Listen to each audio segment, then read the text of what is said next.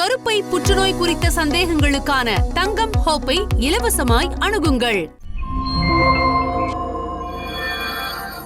வணக்கம் sir. Sir, இன்னைக்கு Tamil cinema ரசிகர்களால் ரொம்ப எதிர்பார்க்க ஒரு படம்னு பார்த்தா தக் லைஃப் நம்ம சொல்லலாம். ஓகேங்களா? ஏன்னா தக் லைஃப் ஜூன் 5 ரிலீஸ் ஆக போகுது அப்படின்னு சொன்னோன்னே சில நெகட்டிவ் ப்ளஸ் பாசிட்டிவ் அந்த கமெண்ட்ஸ் தான் இருக்குது. ஆமாம், இப்போ சமீபத்தில் இந்த இது ரிலீஸ் ஆனதில் ஆடியோ இது சம்மந்தமான விஷயங்கள்லாம் ரிலீஸ் ஆனதில் உங்களுக்கு ட்ரைலர் ரிலீஸ் ஆனதில் மிகப்பெரிய அளவு ஒரு பரபரப்பு பற்றிக்கிச்சு. ஆமாம், சொல்லுங்கள். இப்போ மக்கள் மத்தியில் இது எப்படி ஒரு எதிர்பார்ப்பை பார்க்கப்படுது சார்? மக்கள் மத்திய தக் லைஃப் உங்களுக்கு ஒரு பெரிய பேனர் வேல்யூ ஒன்று கமல்ஹாசன் தயாரிக்கிற மணிரத்னம் 2 பேர் சேர்த்து தயாரிக்கிற படம் அது கமல்ஹாசன், மணிரத்னம், அப்புறம் ஏஆர் ரஹ்மான் சொல்லும்போது ஒரு பெரிய கூட்டணி, பெரிய உலக அளவில் பேசக்கூடிய ஒரு கூட்டணி. இந்த 3 பேருக்குமான பார்த்திங்கன்னா இந்திய அளவுலேயும் கொஞ்சம் நல்ல வரவேற்பு இருக்குது, உலக அளவுலேயும் நல்ல வரவேற்பு. இவங்களுடைய உலகில் எங்கும் இல்லை தமிழர்கள் வாழ்கிற பகுதிகளில் இவங்களுக்கான ஒரு நல்ல வரவேற்பு இருக்குது. அப்போது உங்களுக்கு அதில் சிலம்பரசன் அப்படிங்கிற ஒரு எஸ்டிஆர் சேரும்போது அது இன்னும் கொஞ்சம் கலர்ஃபுல்லாகிடுது. அது சேருது. அதனால் அதுக்கான ஒரு இதுதான் சமீபத்தில் டீசர் இதெல்லாம் வரும்போது பார்த்திங்கன்னா மிகப்பெரிய அளவில் வரவேற்பு கிடைச்சி திரும்பின பக்கமெல்லாம் அந்த இது போனது.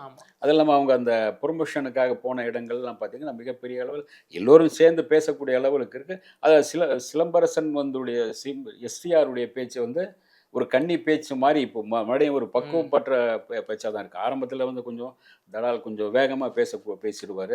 கொஞ்சம் அவங்க அப்பா மாதிரி தான் ஆரம்ப காலத்தில் ஒரு அடுக்குமொழியில் போட்டு தள்ளிடுவார் எல்லோரையும். ஆனால் இவர் கொஞ்சம் அடுக்குமொழி பேச மாட்டார், கொஞ்சம் வேகமாக பேசிடுவார். அதுக்கு பிறகு இப்போ பார்த்திங்கன்னா சமீப காலமாக பார்த்திங்கன்னா நான் மாநாடுக்கு பிறகு இதுக்கு பிறகு பார்த்திங்கன்னா அப்படியே பேச்சில் எல்லாம் ஒரு பக்குவம் வந்துடுச்சு. எல்லாமே திரும்ப அந்த தள்ளி போகாத இந்த பாட்டு பற்றி சொல்லியிருப்பார் இல்லையா, ஆமாம், அந்த படமெல்லாம் வந்த பிறகு பார்த்திங்கன்னா இவருடைய போக்கு கொஞ்சம் கொஞ்சம் மாறி அமைதியான பிறகு ஒரு பேச்சிலையும் கொஞ்சம் ஒரு பக்குவம் இருக்குது, ஒரு முதிர்ச்சி இருக்குது. அந்த முதிர்ச்சி 41 வயசாகிடுச்சு, முதிர்ச்சி வந்திருக்கு, இந்த பேச்சில் வந்திருக்கு. அதுவும் கவனிக்கக்கூடிய அளவுக்கு வந்திருக்கு. இப்போ சினிமா மக்கள் விடுங்க. ஆமாம், இப்போ கோலிவுட் ஒன்று இருக்குது பார்த்தீங்களா, தயாரிப்பாளர்கள். ஆமாம், அப்போ அந்த தயாரிப்பாளர்கள் இந்த தக் லைஃப் எப்படி எதிர்பார்க்குறாங்க? அவங்க சைடில் இந்த படத்துக்கான ஒரு பெரிய வரவேற்பு கிடைச்சிருக்கு.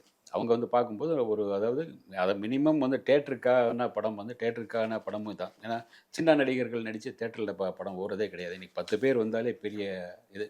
சமீபத்தில் அதிகமாக ஹவுஸ்ஃபுல்லானதுன்னு பார்த்திங்கன்னா இந்த டூரிஸ்ட் ஃபேமிலி தான்.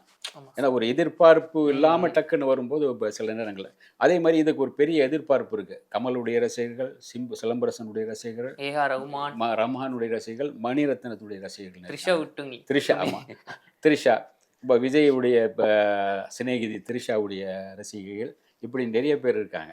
இப்போ அது இவங்க எல்லாமே பார்த்திங்கன்னா ஒரு பெரிய எதிர்பார்ப்பு ஏற்படுத்தி எல்லாமே என்னென்னா மணிரத்னம் ஒரு 36 வருஷத்துக்கு பிறகு கமலும் மணிரத்னமும் சேர்றாங்க. சேர்றீங்க அப்படின்னு இப்போ இங்கே மக்கள் என்ன எப்படி எதிர்பார்க்குறாங்க பார்த்தீங்கன்னா, 36 வருஷம் கழிச்சு மணிரத்னம் அவர்களும் கமல்ஹாசன் அவர்கள் இதுக்கு முன்னாடி எங்கே இணைஞ்சாங்கன்னு பார்த்தீங்கன்னா நாயகன். அப்போ நாயகன் படத்தோட பார்ட் 2 இது இருக்கலாமா, இல்லை ரெஃபரன்ஸ் அதில் இருக்குமா அப்படின்னு எதிர்பார்க்குறாங்க. அப்படி இருக்குமா? அப்படியும் சில பேர் பேசக்கூடிய வாய்ப்புகள் இருக்குது. ஏன்னா அப்பா மகனாக நடிக்கிறாங்க, அப்படி நினைக்க தோணலாம். பட் இதில் பார்த்தீங்கன்னா வெவ்வேறு வருஷனாக வருது. இதில் உங்களுக்கு சத்யாவில் கமல்ஹாசன் பார்த்துருப்பீங்க. அதில் ஃபோர்ஸாக ஒரு குரல் கொடுப்பார். ரங்கநாத சக்திவேல்னு சொல்லும்போது அந்த சத்யாவில் அந்த கமலுடைய தோரணை தெரியுது. அவனை நிறுத்தி சொல்லு அப்படிம்பாரு. அந்த மாதிரி ஃபோர்ஸான குரலாக தான் அந்த ரங்கநாத சக்திவேல் அப்படிங்கிற அந்த குரல் வருது. அந்த எதிரொலி இருக்குது. அப்பா மகனாக பண்ணும்போது அது சொல்ல 2 பேரும் கமல் சார் ஒருத்தரை தன்னோடு இணைச்சு நடிக்க வைக்கிறாருன்னா அவங்கள பற்றிய எல்லா புரிதல் வச்சுருப்பார். இப்போ நாசர் அவர் கூட நடிக்கிறார், நாசரை பற்றி ஃபுல்லாக தெரியும். நாசர் எந்த இடத்துல எப்படி பண்ணுவார், எந்த இடத்துல எப்படி பேசுவார் அப்படின்னு நல்லா புரிஞ்சு வச்சுருவார். அதனால தான் அவருக்கு இது தரலாம் அப்படின்னு. நாகேஷ் நடித்தா எப்படி இருக்கும்னு அவருக்கு தெரியும். அவருடைய மைண்டில் ஏற்றிக்க வச்சுக்குவார். நல்ல டேலண்ட்டை விட்டு இவருடைய டேலண்ட்டில் என்னென்ன எப்படி பயன்படுத்தலாம்னு நினச்சிக்குவார். அதே மாதிரி உங்களுக்கு சிம்புவை பார்த்தீங்கன்னா ஏறக்குறைய அவங்க அப்பா சிலம்பரசன் அவங்க அப்பா டிஆர் ஒரு சகலகலா வல்லவனாக இருந்தாங்க. தமிழ் சினிமாவில் ஹீரோக்களே சகலகலா வல்லவன் யார்? கமல்ஹாசன். இப்போ அந்த இடத்துல சிம்புவும் இருக்கார், எஸ்டிஆரும் இருக்கார். எஸ்டிஆருக்கான பார்த்திங்கன்னா பாட தெரியும், நடிக்க தெரியும், டான்ஸு, உங்களுக்கு பாடல் எழுதவும், வசனம் எழுதவும், டைரக்ஷன் பண்ணவும் தெரியும். மியூசிக் உட்பட தெரியும். சார் இந்த கேட்டகரியில ஒருத்தர் நம்ம விட்டுட்டோமோ எனக்கு தோணுது சார். யாரு? தனுஷ் அவர்கள். தனுஷ் இருக்காரு. தனுஷ் வந்து இந்த கேட்டகரியில் அவ்வளோ வரல. ஏன் சார் அவரும் டைரக்ஷன் பண்ணியிருக்காரு, டைரக்ஷன் பண்ணியிருக்காரு, பாடல் எழுதியிருக்காரு, நடிச்சிருக்காரு. இவர் வந்து அதை கொஞ்சம் எல்லை தாண்டி இன்னும் கொஞ்சம் மியூசிக்கு கொஞ்சம் அதிகமான பாடல்கள் பாடின பாடல்கள் அப்படிங்கிற மாதிரி போயிடுது. பாடிய பாடல்கள் மற்றவங்களுக்காக பாடின பாடல்கள். தனுஷ் மற்றவங்களுக்கு அதிகமாக பாடல, இவர் மற்றவங்களுக்காக நிறைய பாடல்கள். சிம்பு அவர்கள். சிம்பு பிரதீப் சந்தர் கூட சொல்லி அவருடைய படத்தில் ஒரு பாடல் பாடியிருப்பார். அதுக்காக ஒரு தேங்க்ஸ் சொல்லியிருப்பார். இந்த பாடல் வந்து எனக்கு வந்து மிகப்பெரிய அளவில் கை கொடுத்துச்சின்னு சொல்லியிருப்பார். ஒவ்வொரு சில நடிகர் நிறைய பேருக்கு அந்த மாதிரி பாடியிருக்கார். அந்த பாடல்கள் எல்லாமே அவங்களுக்கு கை தூக்கி விடுற மாதிரி போயிருக்கும். ஏறக்குறைய 150 பாடல்கள் பாடியிருக்கிறதா சொல்லியிருக்காங்க. அந்த பீப் சாங்கை தூக்கி வீசிட்டு அவர் வந்து எங்கோ கொண்டு போயிடுச்சு. கன்னடத்தில் தான் பாடலன்னு நினைக்கிறேன். அவர் ஹிந்திலையும் பாடிட்டார். இந்த மாதிரி 150 பாடல்கள் பாடின நடிகர்களே அதிகமான பாடல்கள் பாடின ஹீரோ அப்படின்னா இவர் தான் சொல்லுவோம். கமல் சார் நிறைய பாடியிருக்கார். ஏறக்குறைய 50 பாடல்கள் 50-60 பாடல்கள் போயிருக்கோம். விஜய் வந்து ஒரு 37-38 பாடல்கள் பாடியிருக்கார். சார் இப்போ தமிழ் சினிமாலே வந்து ஒரு நடிகரா இருந்து அதிகப்படியான பாடல்கள் பாடினது யாருப்பா ஒரு நடிகர்னு கேட்டா அப்ப சிம்பு அவர்கள் சொல்லலாம். சிலம்பரசன் எஸ்டிஆர் சொல்லலாம். தாராளமாக நீங்கள் சொல்லலாம். அவரே என்னுடைய கணக்கு கூட நேற்று அந்த இதில் மேடையில் சொல்லியிருந்தார். அதுக்கு புள்ளியார் சுடைய எங்கள் அப்பாவை தாண்டி என்னை நம்பி பாடல் கொடுத்தவர் ஏஆர் ரஹ்மான் சொல்லியிருந்தார். அவருக்கு தேங்க்ஸ். ஏன்னா ஏஆர் ரஹ்மானை வந்து சின்ன வயசுலேருந்து பார்க்குறாரு அவர். அவர் சின்ன வயசுல அவங்க அப்பாவுக்காக வந்து இவர் கீபோர்டு வாசிக்க வருவார்ல, வீட்டுக்கு வருவாராம். பயங்கர கலாட்டா பண்ணுவாராம். இந்த இதை தொடுவாராம், இது தொட்டு இதெல்லாம் பண்ணிட்டு இருப்பாராம். குசும்பு நிறைய பண்ணியிருக்கேன் அவரே சொல்லியிருக்காரு என்கிட்ட சொல்லும்போது. நிறைய அவர் குசும்பு பண்ணி தொல்லையெல்லாம் படுத்திருப்பேன். ஆனால் கோவப்படவே மாட்டார். சிரிச்சுக்கிட்டே வந்து ராஜா இதை தொடாதீங்க, வாங்க இப்படி வாங்க, எப்படி உட்கார வச்சு அப்படியே இப்படி அப்படிம்பாரான். மடியில் உட்கார வச்சுல சில நேரங்களில் சின்ன வயசுல. அப்போ அவரும் சின்ன வயசு தான், இவரும் சின்ன வயசு தான். அப்போ அந்த அளவுக்கு அவருக்குள்ளே அந்த புரிதல் இருக்கு இல்லையா, இவரை எப்படி பயன்படுத்தலான்னு ரஹ்மானுக்கும் தெரியுது. ரஹ்மான்கிட்ட என்னென்ன குவாலிட்டி இருக்குன்னு அவருக்கும் தெரியும், அவங்க அப்பாவுக்கும் தெரியும். அவங்க அப்பா மேலே ஒரு மிகப்பெரிய மரியாதை வச்சுருந்தவர் ரஹ்மான். சரி, இப்போ நீங்கள் சொன்னீங்க அவங்க அப்பா மேலே வந்து பெரிய மதிப்பு இருக்குது ஏஆர் ரஹ்மானுக்கு. அவருக்கே அப்படி இருக்குன்னா பையன் சிம்பு அவர்களுக்கு எப்படி இருக்கும்? ஆனால் அவரே வந்து மேடையில் சொன்னேன் என்னன்னா வந்து இந்த இடத்துல எங்கள் அப்பா வரல, நானும் வரேன்னு சொல்லிட்டேன். ஏன்னா அவருக்கு வந்து ஹெல்த் இஷ்யூ இருக்குது அப்படின்னு சொல்லியிருந்தேன். என்னை வளர்த்து விட்டவே எங்கள் அப்பா தான் அப்படின்னாரு. அந்த விஷயத்தை எப்படி பார்க்குறீங்க? இல்லை, அவங்க அப்பா வந்து பார்த்தீங்கன்னா அது வந்து சில நடிகர்கள் பார்த்தீங்கன்னா 5 வயசில் 10 வயசில் இந்த மாதிரி தான் வந்திருப்பாங்க. சிலம்பரசன் வந்து நம்ம தனுஷ் வந்து அந்த ஒரு 16-18 வயசில் தான் வந்தார். இவர் வந்து பார்த்தீங்கன்னா அந்த பிறந்ததுலேருந்து அவர் வந்தாச்சு. பிறந்ததுலேருந்து பார்த்தீங்கன்னா அதை தட்டி பார்த்தேன், கொட்டாங்கச்சி உட்பட ஒவ்வொரு பாடலையும் பார்த்தீங்கன்னா அவர் டான்ஸ் ஆடி இருப்பார், இது பண்ணியிருப்பார். அப்போ எல்லாமே உங்களுக்கு சின்ன வயசுலேருந்து கத்தி சண்டை உட்பட எல்லாமே கற்றுக்கிட்டார். சின்ன வயசுலேருந்து ஒரு பார்த்து அப்பாவை பார்த்து அப்பாவுடைய ஜீன் இருக்குது, அப்பாவை பார்த்து கற்றுக்கிறாரு. அப்பா அவரை வந்து அந்த அளவுக்கு மோல்டு பண்ணுறாரு. ஒரு சமயம் வந்து எங்கள் வீட்டு வேலை சமயத்தில் அவர் என்ன சொல்கிறாருன்னா, இதை அந்த சிலம்புக்கு சிலம்பரசனுக்கு ஒரு சவாலாக தான் நான் எடுக்கிறேன். இது கொஞ்சம் ஏறக்குறைய அவன் ஹீரோ மாதிரி அவன் பண்ணுற மாதிரி. அதுக்கு பிறகு தான் அவர் ஹீரோ ஆனார். எங்கள் வீட்டு வேலையில் வந்து அவர் இன்னும் கொஞ்சம் வளர்ந்த ஒரு சின்ன பையனாக இருக்கும்போது ஒரு சவாலான ஒரு கதாபாத்திரம் கொடுத்துருக்கேன், எப்படியெல்லாம் பண்ணணும்னு பண்ணியிருக்கேன். இது பார்த்தீங்கன்னா நிறைய பேசப்படும் அப்படின்னா அதே மாதிரி பேசப்பட்டது இந்த படம். அதுக்கு பிறகு பார்த்தீங்கன்னா அந்த காதல் அழிவதில்லைன்னு அதான் அதில் ஹீரோவை பண்ணுறாரு. அதில் பண்ணும்போது கொஞ்சம் வேறு மாதிரி ஒரு இது பண்ணுறாரு. அப்போ தான் நான் போய் மீட் பண்ணி அவர் பேட்டியெல்லாம் எடுத்திருக்கேன். அப்போ மீட் பண்ணி பேட்டி எடுக்கும்போது பெரும்பாலான நடிகர்களுக்கு பார்த்து அவங்க அப்பா தான் பேசுவாங்க. விஜய்க்கு வந்து சந்திரசேகர் தான் பேசினார். எப்போ காதலுக்கு மரியாதை வரைக்கும் அவர் தான் பேட்டி கொடுத்துட்டு இருந்தார். நம்ம பிரசாந்துக்கும் அப்படி தான் அவங்க அப்பா தான். ஏன்னா எதுக்காகனா முதல்ல இவங்க வந்து எப்படி பேட்டி தரணும், பத்திரிகையாளர்கிட்ட எப்படி பேசணுங்கிறது ஒரு கற்றுக் கொடுக்க தான் அப்படி கொடுப்பாங்க. அந்த பயிற்சி தரது தான் பண்ணுவாங்க. ஆனால் இவர் என்னென்னா அவருடைய காதல் அழிவதில்லை படத்தில் பிறகு ஹீரோவை நடிக்கும்போது நான் டேரெக்டாக இவங்க டிஆர் சார் என்ன சொல்லிட்டாருன்னா, சபிதா கொஞ்சம் பார்த்து நல்ல கேள்வியா ஏடா கூடமா கேட்டுறாதையா அப்படின்னு சொல்லிட்டு அவர் சட்டசபைக்கு போயிட்டாரு. நீ உட்காந்து கேட்டுக்கோ அப்படின்ட்டார். அப்போவே வந்து அவர் அந்த அளவுக்கு பக்குவமாக கேள்வி பதில் சொன்னார். சரி, நீங்கள் சொன்னீங்க அப்போவே வந்து பக்குவமாக பேசினார் அப்படின்னு. அதில் இடையில அதுக்கு பிறகு இதாகிடுச்சுன்னு வைங்க. அதான் இப்போ சமீபத்தில் நம்ம பார்த்துருப்போமே, அவர் நடிச்ச நிறைய படங்கள் வந்து சர்ச்சைக்குரியாக மாறிச்சு. அந்த படத்தை பேனு நிறைய ஒரு பிரச்சனைலாம் போச்சு. ஓகேங்க. ஆனால் இப்போ வந்து இந்த தக் லைஃப் படம் சிம்பு அவர்களுக்கு வந்து ஒரு கம்பேக்காக இருக்குமா? இருக்கும். அதாவது இப்போ அதுக்குள்ளே அவங்க அப்பாவை பற்றி பேசிகிட்டு இருந்தோம் இல்லையா, அவங்க அப்பா வந்து கொஞ்சம் ரொம்ப உணர்ச்சி வசப்படக்கூடியது. அதாவது கொஞ்சம் ஒரு சின்ன ஒரு அழுகைக்கான சீன் வந்தாலும் அழுதுருவார். அம்மாவை பற்றி நீங்கள் போய் சென்டிமெண்ட்டாக அவங்க போயிட்டு எங்கள் அம்மா இப்படி இதாகிட்டாங்க சார், ரொம்ப இதாங்க சார், என்னை ரொம்ப கஷ்டப்பட்டு வாழ வச்சாங்க சார், தவறிட்டாங்க சார். அவர் நீங்கள் அழுறீங்களா, அவர் அழுது கடகடன்னு கண்ணீர் வந்துகிட்டே இருக்கும். அம்மா சென்டிமெண்ட்னா அந்த அளவுக்கு அவங்க அவங்க அம்மா மேலே பாசம். எம்ஜிஆர் சார் எப்படின்னா, சரி வீட்டில் வந்து கிளம்பும்போது அவர் கோயில் மாதிரி வச்சுருப்பாங்க, அங்கே போயிட்டு கும்பிட்டு தான் வெளியே கிளம்புவார். டிஆரும் அதுதான். ஒரு படம் ஒன்று பெருசாக இருக்கும், அந்த படத்துக்கு முன்னாடி வந்து இது பண்ணிட்டு 4 வாட்டி அந்த அப்படியே இது பண்ணுவாங்களே, அந்த அங்கப்படத்தை 3 வாட்டி பண்ணிவிட்டு தோப்பு கரணம் போட்டு வணங்கிட்டு அதுக்கு பிறகு வெளியே கிளம்பு. அந்த அளவுக்கு அம்மா மேலே பாசம்.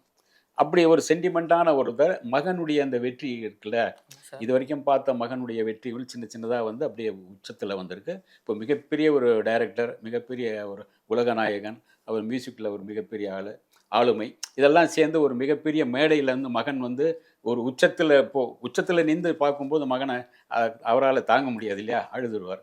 ஏற்கனவே உடம்பு சரியில்லை, உடல்நிலை சரியில்லாமல் இருக்கார். இந்த உடல்நிலை சரியில்லாத சமயத்தில் இவர் வந்தார்னா ரொம்ப வேண்டாம் அப்படி சொல்லியிருக்கார். சரி நீங்கள் இதுலேருந்து பார்த்துருங்கன்னு சொல்லி, ஆனால் இவர் எழுதிட்டாருங்கிறது வேற. ஆமாம் சார், மேடையிலே வந்து கலகிட்டார். அப்பா மேலே இருக்கிற அந்த பாசம், அம்மா மேலே இருக்கிற பாசம். ஏன்னா அப்பாவும் அம்மாவும் தான் ஒரு இந்த ஒரு பாடல் ஒன்று வந்துச்சு பாருங்க, ஏதோ ஒரு பீப் சாங், என்ன ஒரு சாங், அதுக்காக அந்த சமயத்தில் வந்து அவர் ரொம்ப கஷ்டப்படுத்திட்டாங்க. அதற்காக இவங்க நிறைய போராடி மகனை வந்து இல்லை அப்படிப்பட்டவன் இல்லை, கேவலமானவன் இல்லை, நல்லவங்கிறத புரிய வச்சாங்க. சார் அப்போ இங்கே வந்து டிஆர் இல்லைனா அப்போ எஸ்டிஆர் இங்கே இல்லைங்களா? இல்லை, கண்டிப்பாக இல்லை. டிஆர் தான் எஸ்டிஆர். இன்றைக்கி டிஆர் தான் எஸ்டிஆர் ஏறக்குறைய. ஏன்னா அவர் அந்த காலத்தில் வந்து பார்த்திங்கன்னா அவர் பட்டை கிளப்பியிருப்பாங்க. இப்போ கமல் சாரே சொன்னார்ல, நானும் ரஜினி சாரே மிரண்டுருவோம். அதாவது நாங்கள் எங்கெங்கேயோ போராடி வந்திருப்போம். அவர் ஒரு வருஷத்தில் பார்த்தீங்கன்னா போட்டு பட்டை. இன்றைக்கி வரைக்கும் அந்த பாடல் பாருங்கள், மைதிலி என் காதலி படம் பார்த்தீங்கன்னா அந்த பாடல்கள் வந்து அந்த நேரத்தில் வந்து எத்தனை லட்சம் இது இளையராஜாவே மிரண்டு போயிட்டாருன்னு சொன்னாங்க. அந்த அளவுக்கு எத்தனை லட்சம் பாடல்கள் அந்த கேசட் விற்பனை. அன்றைக்கி கேசட் தான் விற்பனை, இன்றைக்கி ஃப்ரீயாக அதெல்லாம் பண்ணிக்கிறோம் வைங்க. கேசட் விற்பனையில் ஒரு பெரிய அதிரடியை ஏற்படுத்தியிருந்தார். அது திருமண பக்கமெல்லாம் பார்த்தீங்கன்னா அந்த பாடல் தான். தட்டி பார்த்தேன் தட்டி பார்த்தேன் கொட்டாங்குச்சி, அந்த பாட்டு பார்த்தீங்கன்னா இது ஒரு ஹீரோவாக தாடி விட்டுட்டு இந்த அளவுக்கு இது விட்டுட்டு ஒரு ஹீரோவாக அவரை ஏற்றுக்கிட்டு அந்த படம் சக்ஸஸ் ஆகுறது லேசப்பட்ட விஷயம் கிடையாது. ஒவ்வொரு படம் பார்த்தீங்கன்னா 100 நாள் 200 நாள் ஓடி இருக்கு. அவர் மியூசிக் பண்ண படங்களும் பார்த்தீங்கன்னா கிளிஞ்சல்கள்னு ஒரு படம், இவர் மோகன் நடித்தது, பூக்களை பறிக்காதீர்கள், இதுக்கெல்லாம் மியூசிக் பண்ண படம். அந்த படம் பார்த்தீங்கன்னா சூப்பர் ஹிட், அந்த பாடல்கள்லாம் சூப்பர் ஹிட்டாக இருக்கும். அந்த அளவுக்கு அந்த மியூசிக்கில் அவருக்கு அந்த ஆர்வம் இருந்தது. மியூசிக் போட்டார், அந்த பாடல்களும் சரி, நடிப்பிலும் சரி, அந்த கதை சொல்கிறதிலும் சரி அந்த அளவுக்கு இருப்பார். அங்கே போனோம்னா அந்த பாடல் பாடி காட்டுவார், அந்த சீனை போட்டு காட்டுவார், அந்த டேபிளில் அடிச்சு அப்படியே பாடி காட்டுவார் அவர் தானா அப்படி. அந்த அளவுக்கு ஒரு மியூசிக்கில் இதில் ஆர்வம் உள்ள டிஆருடைய மகன் எஸ்டிஆர். டிஆர் இல்லாமல் எஸ்டிஆர் கிடையாது. அப்படி இருந்தாலும் கூட அவங்க அப்பா வந்து வேறு தொழில் செய்திருந்தாலும் இவர் சினிமாவுக்கு வந்திருந்தாலும் கொஞ்சம் மெதுவாக தான் வந்திருப்பார். அப்பாவுடைய அத்தனை தன்மைகளும் அப்பாவுடைய அந்த நாலேஜ் இருக்கு இல்லையா, அதெல்லாம் வாங்கிட்டு வர்றதுங்கிற லேஸ்பட்டேன். அவருடைய டான்ஸுக்கு ஒரு நல்ல ஒரு வரவேற்பு இருக்கும். இன்றைக்கும் எஸ்டிஆருக்குள்ள இன்னொரு விஷயம் என்னென்னா, அவர் வந்து திடீர்னு சில நடிகர்களுக்கு ஒரு 2 வருஷம் படம் இல்லாமல் போச்சுன்னா அடுத்து வரும்போது ரொம்ப திணறுவாங்க. ஆமாம் சார். ஆனால் இவருக்கு அந்த இதாக மாட்டேங்குது. அடுத்து படம் வரும்போது பார்த்தீங்கன்னா தேட்டரே அல்லோலப்படுது. அந்த அளவுக்கு அவருடைய ரசிகர்கள் இன்னும் அவர் மேலே இருக்க ஒரு பாசம் இருக்கு இல்லையா, அந்த ரசிகர்கள் விட மாட்டேங்கிறாங்க. மாநாடு அப்படிதானே சார்? மாநாடு தான் பார்த்தீங்கன்னா திடீர்னு ஓப்பனிங் பார்த்தா பயங்கரமாக இதாகிடுச்சு. அதுதான் அந்த அளவுக்கு எஸ்டிஆருக்கான இது இருக்கிறனால தான் கமல் சாரும் என்ன பார்க்குறாரு, இன்னும் ஒரு நம்மளை போலவே எழுத தெரியும், பேச தெரியும், பாட தெரியும், ஒரு நல்லா திறமையான ஒரு பையனாக இருக்கும்போது ஒரு மகனாக நடிக்கும்போது அது ஈக்குவலாக 2 பேருக்கும் அந்த கேரக்டர் ஈக்குவலாக வருது. அந்த ஒரு பெரிய ஹீரோ, ஒரு உலகநாயகன் தனக்கு ஈக்குவலாக ஒரு ஹீரோ ஒரு கேரக்டரை இது பண்ணுறது லேசு விட்ட விஷயம் கிடையாது. ஆமாம், யாருமே அவ்வளோ சீக்கிரம் ஏற்றுக்க மாட்டாங்க. ஆனாலும் கூட சில இடங்களில் சில ஹீரோக்கள் அப்படி பண்ணுவாங்க. ஏன்னா திருவிளையாடலில் அந்த தரணியாக ஒரு இவர் நடிப்பார், பார்க்கக்கூடாது எதுவும் கேட்கக்கூடாது அந்த பாடல். அதெல்லாம் பார்த்தீங்கன்னா டைலாக்லாம் பார்த்தீங்கன்னா முடிஞ்ச பிறகு நாகேஷ்க்கு பயமா நல்லா வந்திருக்கு இந்த சீனு, சிவாஜி சார் ஏதாவது கட் பண்ணிடுங்க தூக்கிடுங்கன்னு சொன்னால் என்ன ஆகுது, பயந்துகிட்டே இருந்தாராம்.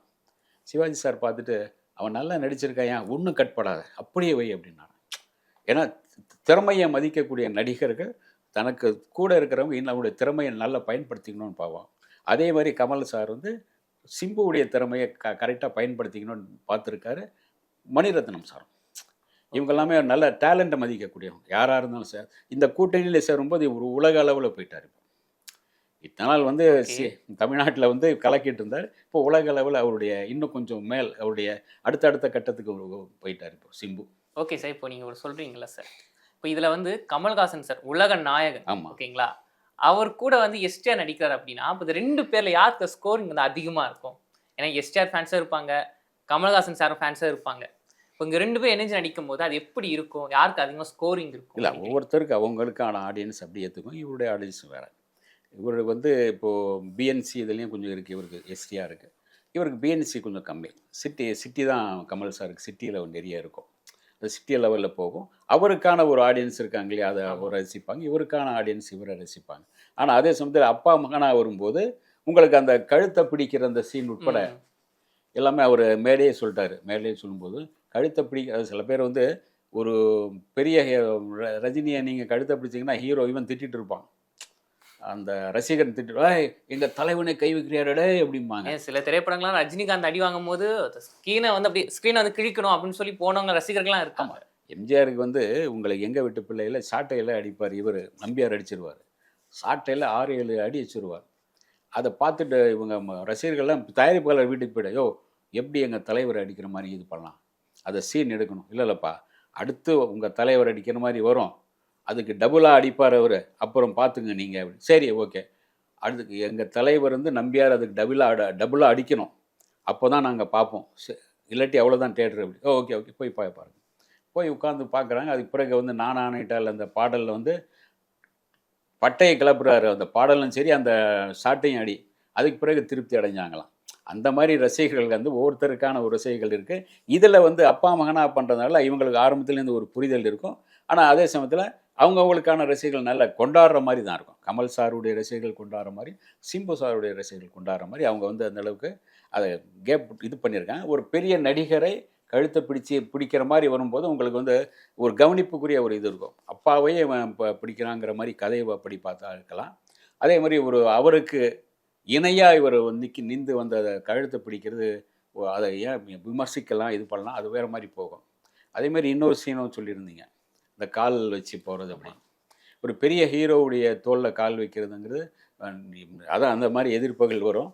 அதை வந்து ஹீரோவை உயர்த்துக்கிறார் இல்லையா, நீ கால் வச்சு வாங்க, கரெக்டாக வாங்க, அதெல்லாம் இது கிடையாது. சினிமா சினிமா அப்படின்னு சொல்லுவாங்களா, அது புரிதல் இருந்தால் அது மட்டும்தான். சில பேர் புரியாமல் இருந்தால் அவன் சின்ன பையன் நம்ம காலில் வச்சு போகலாமா அப்படி இப்படின்னு இருப்பாங்க. அது கூடாது, அப்படி பார்க்கவே கூடாது. பார்த்தீங்கன்னா சிவாஜி சார் வந்து ஒரு அழுக்கான தண்ணியிலேருந்து ஒரு அந்த இவருடைய இந்த கால் விரல் இருக்குல்ல, பெருவிரல், வாயில் வச்சு ஏதோ இது பண்ணுற மாதிரி இருக்குது. அந்த விரலில் வாயில் வச்சு அந்த இதை கழட்டுற மாதிரின்னு வச்சுருப்பாங்க ஒரு சீன். அது பார்க்கவே இல்லை. அவர் ஒரு சின்ன நடிகர். அவர் அது சின்ன நடிகருடைய கால் விரலைன்னு வந்து நம்ம வாயில் வச்சு இது பண்ணுற மாதிரியா அப்படின்னு நினைக்கவே இல்லை. அது நடிப்பு. இந்த மாதிரி நடிப்புக்காக தன்னை வந்து அர்ப்பணிக்கிற ஆட்கள் இருக்காங்க. அந்த மாதிரி கமல் சார் வந்து நடிப்புக்காக தன்னை அர்ப்பணிக்கிறவர். அதே போல் வந்து அந்த நடிப்புக்காக அவர் அர்ப்பணிக்கும் போது அதை வந்து இது ஏற்றுக்கணும். அது கமல்ஹாசன் பெரிய லெவலில் தான் அதை ஏற்றுக்கிட்டார். அவருக்கும் வந்து ஒரு உலகநாயகன் யார் இருந்தாலும் அவர் தன்னோடு நடிக்கிறவர்களை தன்னை அரவணைச்சு போகிற ஒரு அன்பு இருக்குது. அதனால தான் அதை ஏற்றுக்கிட்டார். ஓகே சார், இப்போ கமல்ஹாசன் சார் வந்து ஒரு அர்ப்பணித்து நடிக்கிறாருன்னா அவருக்கு வந்து விஷயம் தெரியும், எக்ஸ்பீரியன்ஸ், அதெல்லாம் ஓகே சார். ஆனால் இந்த படத்தில் தக்லைஃப் படத்தில் சிம்பு அவர்களுக்கு வந்து எப்படி ஒரு வெயிட்டேஜ் கொடுத்துருப்பாங்க? இல்லை, அவருக்கு அடுத்த ரோல், அதாவது நீங்கள் நாயகனில் அவருடைய மகனாக வந்தால் ஒருத்தர் எப்படி இருப்பார் நினைப்போம்ல, நிழல்கள் அதில் வந்து அந்த கேரக்டர் அதோடு முடிஞ்சிருது. அவர் துடிப்புள்ளவராக இருப்பார், இருந்தாலும் அந்த ஒரு டக்குன்னு ஒரு இதில் முடிஞ்சிருது. அவர் சிந்திக்கக்கூடிய ஒரு கேரக்டராக வந்தால் அது அப்பாவை போல தட்டி கேட்கணும் அப்படின்னு நினைக்கிற வரும்போது உங்களுக்கு யாராக இருந்தாலும் அப்பாவாக இருந்தாலும் எதிர்த்து நிற்கணும் அப்படிங்கிற பேட்டர்ன் வந்து அந்த பேட்டர்னில் வந்துடுறாரு. அப்போது வந்து அந்த சத்யாவுடைய அந்த இது துணிச்சல், நாயகனுடைய அந்த துணிச்சல் எல்லாமே அந்த கதாபாத்திரத்துக்குள்ளே வர்றதுனால உங்களுக்கு இன்னும் கொஞ்சம் பவர்ஃபுல்லாகிடுது. ஓகே சார், இப்போ நான் முதலே ஒரு கேள்வி கேட்டேன். அதாவது இப்போ கமல்ஹாசன் சாருக்கு இந்த மூவி எப்படி இருக்கும்னு கேட்டால் ரசிகர்கள் சொல்கிற எல்லா ஒரு விஷயமும் செம்ம ஒரு ஹிட் ஆக போகுது அப்படின்னு சொல்கிறாங்க. ஆனால் இந்த படத்தின் மூலமாக சிம்பு அவர்களுக்கு வந்து ஒரு கம்பேக் இருக்குமா? கண்டிப்பாக இருக்குது. ஏன்னா அடுத்தது பார்த்தீங்கன்னா 4 படங்கள் கையில் வந்துச்சு. அடுத்து பார்த்தீங்கன்னா ஓரளவு நல்ல ஒரு இது பண்ண படங்கள் தான் 4 படங்கள் அடுத்தடுத்து வருது. இப்போ அடுத்த கட்டம் அவருக்கு ஒரு மிகப்பெரிய வரவேற்பு வர ஆரம்பிச்சிருச்சுங்கிறது காரணம் இதுதான். இந்த படத்தின் மூலமாக இன்னொரு, அதாவது அடுத்த கட்டத்துக்கு அவர் நகர்றாரு. இது வரைக்கும் ஒரு சின்ன சின்ன நகர்வு தான் இருந்தது. இது ஒரு மிகப்பெரிய பெரிய லெவலான நகர்வு அது. பெரிய ஆட்களோடு சேரும்போது நீங்கள் சில இடங்களில் நீங்கள் பெரிய ஆட்களோடு சேரும்போது உங்களை அறியாமலே வந்து நீங்கள் சாதாரண ஆளாக இருந்தாலும் கூட பெருசாக கவனிக்கப்படுவாங்க. அந்த பூவோட சேர்ந்து நாரும் அந்த மணக்கும் மாதிரி உங்களுக்கு வெளியே இடத்துல பார்க்கும்போது பெரிய ஓகே இந்த அளவுக்கு ஒரு டேலண்ட் இருக்குது அப்படின்னு ஒரு வைத்து விடும். அந்த நம்பகத்தன்மை இன்னும் கொஞ்சம் மேலே தூக்கிட்டு போகும். அந்த மாதிரி எஸ்டிஆரை வந்து அடுத்த லெவலுக்கு பெரிய லெவலுக்கு கொண்டு போயாச்சு. இந்த பெரிய லெவலில் உலக அளவில் ஹிந்தியிலலாம் இவருடைய இந்த படம் பார்த்தீங்கன்னா ஹிந்தி, தெலுங்கு, பேன் இந்தியா. ஏன்னா கமல் சாருக்கு வந்து ஹிந்தியிலே, தெலுங்குல, மலையாளத்துல எல்லாம் நல்ல, கன்னடத்திலே கூட அவருக்கு நல்ல நிறைய ஆட்கள் இருக்காங்க. அந்த அது போகும்போது நீங்கள் அதோட நீங்கள் சொன்னீங்க பூவோடு சேர்ந்து நாரும் போல கமல் சாருக்கும் இவருக்குமான அந்த புரிதலோடு போகும்போது இன்னும் பெரிய லெவலுக்கு போகுது. இவர் வந்து இவருக்கான ஒரு ஆடியன்ஸ் இருந்தாலும் அடுத்த கட்டத்தில் இன்னும் கொஞ்சம் அதிகமான ஆடியன்ஸை கொண்டு வந்து இன்னும் கொஞ்சம் பெரிய லெவலில் போயாச்சு. ஆனால் இங்கே நம்ம இன்னொரு விஷயமா பார்க்கணும் சார்.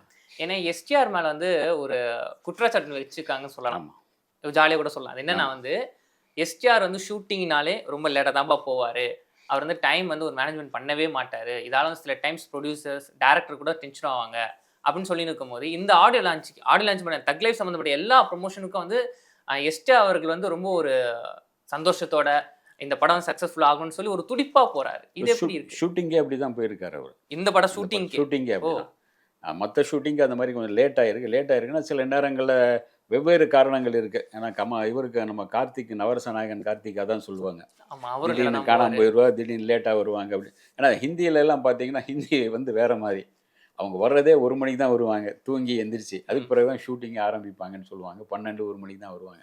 ஆனால் இதில் வந்து அவருக்கு சில நேரங்களில் சில ஷூட்டிங்கில் கொஞ்சம் லேட்டாக வந்திருக்காரு. இதுக்கு என்ன ஒரு 6 மணின்னா 5:30 வந்திருக்காரு. அதை ஏன் சார் ஒரு இல்லை, உங்களுக்கு ஒரு பெரிய பேனரோடு பண்ணுறீங்க, அதாவது நீங்கள் பெரிய ஆட்களோடு பண்ணும்போது நீங்கள் வந்து இல்லை சின்ன பையனா வச்சோம் அப்படிங்கிற மாதிரி நினச்சிடக்கூடாது. சின்ன பையன் அப்படின்னு நினச்சிடக்கூடாது இல்லையா? இல்லை, அவங்களுக்கு இணையாக அவங்கள மரியாதைப்படுத்தி அவங்கள காக்க வைக்கக்கூடாது அப்படிங்கிற ஒரு தன்மை. அவங்களையும் அதே மாதிரி மற்ற படங்களை போலவே இது பண்ண முடியாது. இது ஒரு மிகப்பெரிய படம், மிகப்பெரிய ஆளுமைகள் இருக்காங்க. அவங்களோட நீங்கள் சேரும்போது அவங்கள சார்ந்து அவங்களைப் போலவே நீங்கள் வேகமாக துடிப்போடு செயல்பட்டால் தான் முடியும். அவங்கள ஈடு கொடுத்து போடணும். அதை விட்டு நீங்கள் வழக்கம் போல் நான் அப்படியே இருப்பேன் அப்படின்னா நீங்கள் அப்படியே ஓரம் இருக்கு. அடுத்தடுத்த கட்டம் நம்முடைய வளர்ச்சியை வந்து ஆளும் வளரணும், அறிவும் வளரணும், அதுதாண்டா வளர்ச்சி, உன்னை ஆசையோடு ஈன்றவருக்கு அதுவே நீ தரும் மகிழ்ச்சி அப்படின்னு இருக்கு, பட்டுக்கோட்டை சொல்லுவாங்க. அதுதான் இப்படி அடுத்த கட்டமாக வளரும் போது நம்முடைய வளர்ச்சி அது அவங்களுக்கு ஏற்ற மாதிரி நம்ம யாரோடு பயணிக்கிறோமோ அவங்களுக்கு ஏற்ற மாதிரி நம்ம வந்து உருவாக்கணும். அப்போதான் நீங்கள் நிற்க முடியும். இல்லை நான் இப்படி தான் அப்படின்னீங்கன்னா ஓரமா நில்லு ராஜா அப்படின்பாங்க மக்கள். அது சிம்பு அவர்களுக்கு தெரிஞ்சிருக்கு. அதனால வந்து ஆமாம், அடுத்தடுத்து அவர் வளர்ச்சி தானே அது. அடுத்த இப்போ இந்த படமே அடுத்த லெவலில் அவரை கொண்டு போகுது. அப்போ வந்து நீங்களும் அந்த லெவலுக்கு நீங்கள் கொண்டு வந்துடணும். ஓகே சார், இந்த படத்தை பற்றி ஒரு கேள்வி சார். ஏன்னா இந்த படம் வந்து 300 கோடி பட்ஜெட் வந்து எடுக்கப்பட்ட படம் அப்படின்னு சொல்கிறாங்க. இந்த படம் எவ்வளோ கலெக்ஷன் ஆகும் நீங்கள் எதிர்பார்க்குறீங்க சார்? இல்லை சார், 1000 கோடி அப்படின்னு சொல்கிறாங்க. அது ஆகலாம். அது எப்படி சார் 1000 கோடி? பெரிய அமௌண்ட் ஆச்சு சார். பெரிய பட்ஜெட்னா உங்களுக்கு சில படங்கள் வந்து உலக அளவில் ரிலீஸ் ஆகும்போது டக்குன்னு இதாகும். அப்புறம் ஓடிடி இருக்குது, இது இருக்குது, அதெல்லாம் அந்த பிஸ்னஸ்லாம் இருக்குது. அதை தாண்டி உங்களுக்கு வந்து உலக அளவில் அந்த படம் ரிலீஸ் ஆகுது. ஒரே நேரத்தில் வந்து ஹிந்தி, தெலுங்கு இதெல்லாம் வரும்போது சில ஏரியாக்களில் வந்து மிகப்பெரிய அளவில் போயிடும். சில படங்கள் பார்த்திங்கன்னா தமிழில் நல்லா போயிருக்கும், ஹிந்தியில் போயிருக்காது, தெலுங்கில் போயிருக்காது. அதுதான் கொஞ்சம் இடிக்கும். ஒரே நேரத்தில் எல்லா மொழியிலும் கொஞ்சம் நல்லா போச்சுன்னா ஒரு இதாக இந்த படத்துக்கான ஒரு மினிமம் வந்து உங்களுக்கு இந்த படத்துக்கு நீங்கள் 4 நாள் கேரண்டி மினிமம் தரலாம். ஓகே, அதாவது இந்த சனி ஞாயிறு திங்கள் வரைக்கும் நீங்கள் மினிமம் தரலாம். ஏன்னா இவருக்கான ஆடியன்ஸ் சிம்புக்கானது, கமல் சாருக்கானது, அப்புறம் ஏஆர் ரஹ்மான் இவங்களுக்கான ஒரு டைரக்டருக்கான ஒரு ஆடியன்ஸ் இருப்பாங்களே, இவருடைய படங்கள் அப்படி இருக்கும் அப்படின்னு. இதெல்லாமே இந்த எதிர்பார்ப்புகள் தாராளமாக 4 நாள் வரைக்கும் ஃபுல்லாக இருக்கும். அதுவே ஒரு பெரிய சக்ஸஸ் கொண்டாந்துடும். ஏன்னா ஒரு பெரிய இவருக்கான ஒரு பெரிய கலெக்ஷன், பெரிய ஹவுஸ்ஃபுல் ஆகும்போது கலெக்ஷன் வரும். 1000 கோடி நம்ம எங்கேயுமே சொல்லவே இல்லை. நாங்கள் 2000 கோடி 1000 கோடின்னு சொல்லவே இல்லை. அவங்க இது கலெக்ஷன் வரும், பெரிய அளவில் பேசப்படும் அப்படின்னு தான் சொல்லியிருக்காங்க. பெரிய அளவில் பேசப்படும் சொல்லும்போது அது நீங்கள் எதிர்பார்ப்பு இல்லாமலே போகும்போது வந்துடும். இல்லை நாங்கள் இவ்வளோ தொடுவோம்னு சொன்னீங்கன்னா தான் அந்த இடத்துல வந்து நம்ம அந்த வாக்குறுதியை மீற வேண்டியிருக்கும். அல்லது நம்ம யாராச்சும் காசு கொடுத்து ஆமாம் தொட்டுட்டோம் வந்துட்டோம் அப்படிங்கிற மாதிரி சொல்ல வைக்க வேண்டியிருக்கும். ஜியோ ஹாட் ஸ்டார் கூட விற்றுருக்கோம், இவ்வளோ கோடிக்கு வந்து விற்றுருக்காங்க இந்த படத்தை அப்படின்னு சொன்னாங்க சார். அதை பத்தி என்ன நினைக்கிறீங்க? இல்லை அது வந்து வெளியே சில இடங்கள் சொல்ல மாட்டாங்க, இவ்வளோ வித்திருக்கு அவ்வளோ வித்திருக்குன்னு சொல்ல மாட்டாங்க. ஏன்னா வந்து சொன்னாலே உங்களுக்கு அடுத்த கட்டம் வந்து வீட்டில் ஈடி வந்து நிற்கும், இது பண்ணும். அதெல்லாம் வந்து சொல்ல மாட்டாங்க. அதை வந்து இன்றைய சூழ்நிலையில் வந்து எந்த படமும் நஷ்டம் ஆகாது சார். ஓகே. அதுலேயும் மணிரத்னம் சார் வந்து அதை ரொம்ப கிளவராக பண்ணுவார். அந்த படத்தை எப்படி சேல்ஸ் பண்ணணும்னு அவருக்கு தெரியும். ஆரம்பத்துலேருந்து எதுவுமே நஷ்டம் இல்லாத மாதிரி கரெக்டாக நல்ல சேல்ஸ், நல்ல லாபம் வர மாதிரி பண்ணக்கூடியவர். அவரோட டேலண்ட் இருக்குது. அவர் தனியாக ஒரு மெட்ராஸ் டாக்கீஸ்க்குன்னு ஒரு இது வச்சுருக்காங்க, அவருக்குன்னு ஒரு குழு இருக்குது. அதை எப்படியெல்லாம் பிஸ்னஸ் பண்ணணும்னு தெரியும். அதே சமயத்தில் ரெட் ஜெயின் வேறு இதில் ஜெயிண்ட் ஆகுது. அப்போ வந்து இவங்களுக்கு தமிழ்நாடு முழுக்க இருக்கிற அந்த எல்லா தேட்டர்லையும் அது ஒரு பெரிய லெவலில் இது பண்ணுவாங்க. அவங்களும் அதில் ஒன்றாவது பார்ட்னராக இருக்காங்க எனக்கு ஏறக்குறைய. அப்போ வந்து உங்களுக்கு வந்து படத்துக்கு மிகப்பெரிய பலம் தானே சேல்ஸ். அவங்கவுங்க வந்து இந்த ப்ரொமோஷனுக்கு இவங்களே ஒரு இது எடுத்துக்குவாங்க, எப்படி அது சக்ஸஸ் பண்ணணும், பெரிய அளவில் சக்ஸஸ் ஆகணும், எப்படியாவதுங்கிறது பெரிய அளவில், இன்னும் பெரிய அளவில் அப்படிம்பாங்க. பெரிய அளவில் வந்தாச்சு, இன்னும் பெரிய அளவில் அப்படிம்பாங்க. அவரும். ஓகே சார், தக் லைஃப் மூவி பற்றியும் சிம்பு அவர்களை பற்றி நிறைய இன்ஃபர்மேஷன் சொன்னீங்க. தொடர்ந்து பேசுவோம். நன்றி சார். கருப்பை புற்றுநோய் குறித்த சந்தேகங்களுக்கான தங்கம் ஹோப்பை இலவசமாய் அணுகுங்கள்.